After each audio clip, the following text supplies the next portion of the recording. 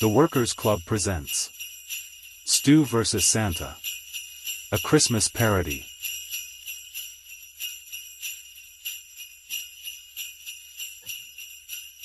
Writ It says by anonymous, so I don't know. Okay.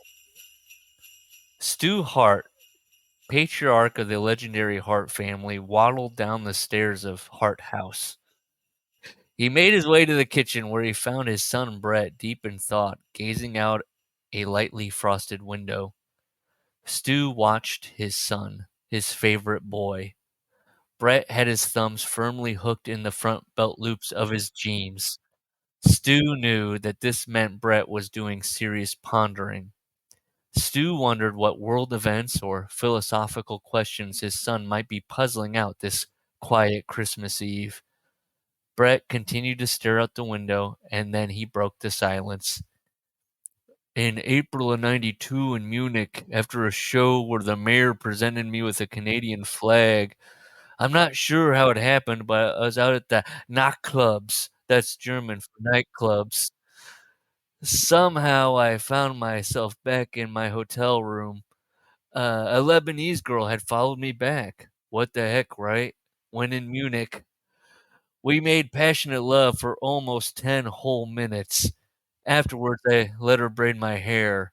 As her fingers ran through my curls, I turned on the TV. It was nothing but nonstop coverage of the Roermond earthquake. 1 dead, 46 injured. I remember thinking, wow, that's just like my relationship with Julie. What once began as an earth shattering romance now was dead, with 46 injured. Brett looked down at his boots. Stu licked his lips and stared at his son. His son Brett was such a deep thinker. What esoteric thoughts were swirling around that head of his? Brett snapped his head up with a shake, getting hair that was not there out of his eyes, and stared out the window once again. The breasts on the Lebanese girl were perfect, and I felt like I was drowning in her eyes. Brett unhooked a thumb and brought his hand to his nose. Stu watched as his son then closed his eyes and took an inappropriately long sniff of his fingers. A minute passed, then another. Only the sound of Brett's prolonged sniffing filled the room. Stu licked his lips. Neither said a word for a time. It was Stu's turn now. He did have something he wanted to ask his son. Did I ever tell you about the time I heard about Ervil Brown fish hooking the Swedish angel? Stu croaked out. You're asking me if you've ever told me a story that you weren't there for, but that you heard? Brett asked. Yeah, I heard he fish hooked him in Kansas City. Now, this would be 43, and if you ever saw Orville, he had this great barrel chest, and if he could get Brett broken. There really is no better place than Hart House for the holidays. Christmas here is majestic. I always used to think it was the overpowering smell of ammonia from all the incredibly full litter boxes that would bring tears to my eyes, but it's this place and all the memories. It's magical. Stu wondered for a moment where Brett's children and wife were. Then he went to his son to look out the window as well. Outside, snow was gently falling on 8 abandoned cars, a few frozen cats, and a couple dogs. Laughter from a dozen children Stu assumed he was related to as they played in the snow and pissed on each other. In the distance, he could see his son Dean. Dean had a trowel and was scooping snow from one area and then dropping it a few feet away. He had built himself quite a little mound. Sometimes Dean would stop this activity and stare blankly back at the house. Stu licked his lips. What a character his boy Dean was. I better head home. Tomorrow is a big day of passive-aggressive and aggressive-aggressive family hijinks, Brett said, glancing furtively at his fingers. Concern began to grow in Stu. Was he going to smell them again? Brett once again shook non-existent hair out of his face, wrapping Stu up in a hug. They said their goodbyes. At the door, Brett offered up a last-minute reassurance. Christmas will be good. I've had some shitty t-shirts screen printed that I'm going to hand out. That should finally get everyone on the same page. Everyone wants jobs at the WWF, and what I'm going to give them is something even better. A t-shirt that says, "Home is where the heart is," but heart is spelled like our last name. Brett Brett looked to his father for approval of this gesture. Stu licked his lips.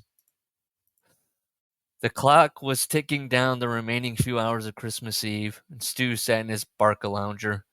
He felt completely relaxed in his evening attire, an oversized Ron John surf shop t-shirt that said, "I don't do mornings," and his favorite pair of navy sweatpants with holes where he itched frequently. Stu slurped and gulped from his tall glass of whole milk. He licked his lips as he placed the glass back down on the side table, and he glanced at the black phone sitting next to the glass. I need an editor. I mean, somebody needs a Stu wondered if a fan would call on Christmas Eve at this hour. He could go for a lengthy chat. Could he go to bed and lay next to his wife Helen? Sure, that would be normal and make sense. But what if a stranger called to talk about the booking of Stampede? What if the phone rang and someone wanted to know if a noise from the fireplace broke his train of thought. Stu, more alert now than he'd been in the whole entirety of his life, watched as soot drifted down into the fireplace. There was no fire going. Long ago, the fireplace had turned into another place for a litter box. Stu sat up a bit. His tongue lolled out for a lick, but just hung at a corner of his mouth. A bit more soot dropped into the brimming little litter box. Boom! A stunned Stu blinked and took account of the room. Before him stood a man who had to be over 6.5 feet tall and broad-bodied. Stu licked it. Stu licked his lips. The man had a beautiful mane of white hair that was only matched in volume by his gorgeous white beard.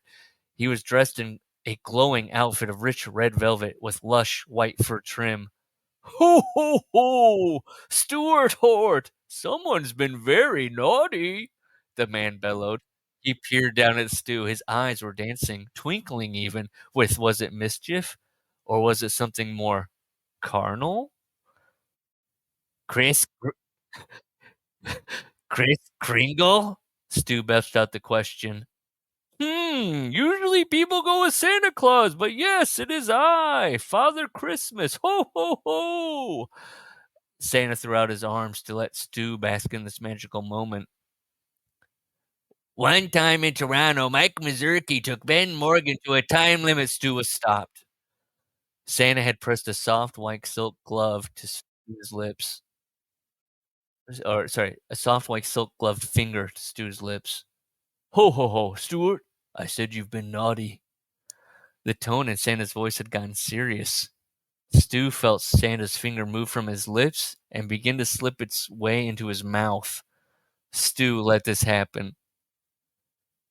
Have you been doing a weird thing where you make beer at home and then give it to the men you stretch, but you yourself don't drink it? Ho, ho, ho! It's something about you having stretch sessions with your priest. What's that about? Ho, ho, ho! Santa inquired as he prodded his finger in and out of Stu Hart's mouth. Stu could only nod with acknowledgement. He felt the finger go deeper. Tears stung his eyes, but he did not gag. What a naughty boy you've been, Stuart. Ho, ho, ho. Here's another question. With his free hand, Santa sharply grabbed Stu by the hair. Santa brought his face closer to Stu's. Do you think you could stretch Santa? Santa asked this question as if he knew the answer. Stu's tongue, as usual, was on autopilot as it lapped about Santa's finger. They held each other's gaze until over Santa's shoulder, Stu could see Dean standing in the vestibule, gently caressing and kissing the trowel. What were the snow piles about? Is Dean burying something? Is he in love with the trowel? Wait, is he sad because he's going to bury his love, the trowel, in the shallow grave that the trowel dug? Santa slipped the middle finger into Stu's wet mouth, snapping Stu's attention back. Stu's swimsuit area began to stir. Stu wondered if his cheeks were going to be as rosy as Santa's at the end of this. It was on. Santa and Stu rolled around the living room, bodies entwined, groping, shooting, catching, canning. Litter boxes tumbled. Hardened clumps of cat shit and urine flew through the air. Stu would lock a wrist or pick a leg only to find himself once again underneath Santa, sprawled out like a tiger pelt rug. Santa gripped Stu around the waist and heaved him into the dining room. Stu's head knocked against his prized chandeliers. "My chandeliers!" Stu grunted out. "Fuck your chandeliers! Ho, ho, ho!" Santa barked as he muscled Stu onto the table. Stu was now in the start position, and he didn't like it. Or did he? He had never been worked over like this. Santa's strength and agility were too much.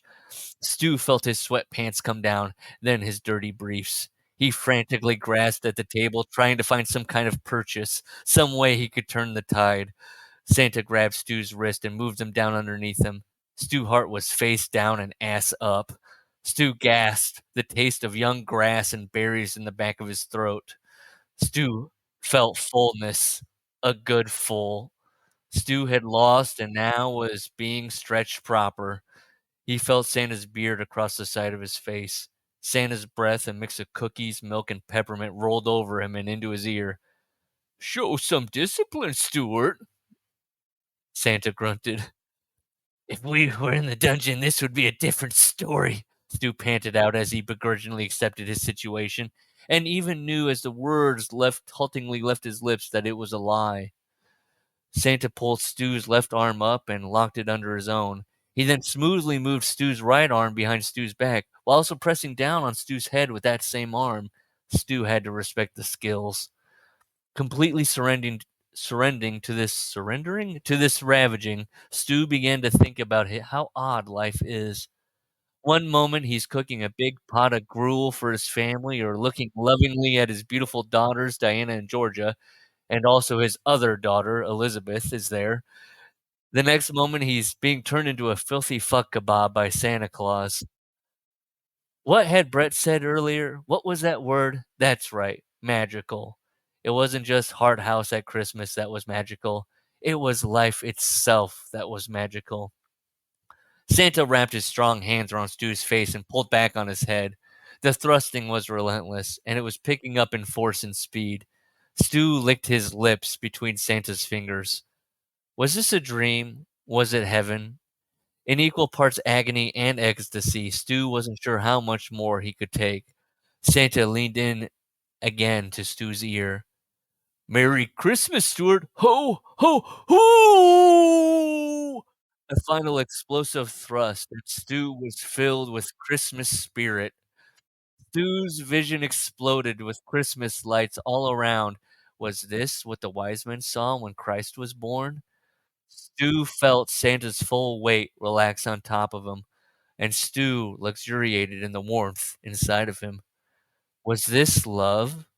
He felt Santa's lips and hot breath at his ear again. "You're Santa now." Stu blinked. Santa was gone. Stu looked about to see that now he was dressed in rich red velvet with white fur trim. He was also still rocking the hardest 3 he'd ever been in his life. "I'm Kris Kringle," said Stu.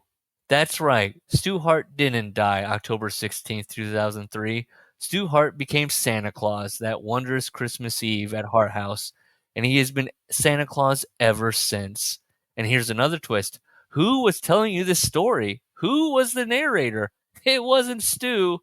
The camera pulls back from Stu Hart dressed as Santa, past Dean, who was bearing the trowel now and had watched Santa fuck his dad, away from Hart House, where Helen Hart had laid awake in bed listening to Santa fuck her husband, and into the sky to a handsome man wearing a green suit and tie with a cute little green pork pie hat, flying Santa's sleigh. He turns to the camera with a sly smirk. "Hi, I'm Sean Oliver, author of Sophie's Journal, a psychological thriller. 3 people I know said they couldn't put down Sophie's Journal, a psychological thriller, and Lanny Poffo called it compelling. So there. What do you think of that, assholes? Todd is God is my latest book, available wherever books are sold. I was the narrator, and all of this that just happened, this is cinema. It's Christmas visual storytelling. God blesses everyone, or as one of my literary creations, Larry the Can Man, might say in a not problematic way at all, yo, player, get your ass out of here. The popo is coming. Hide your drugs. Merry motherfucking Christmas.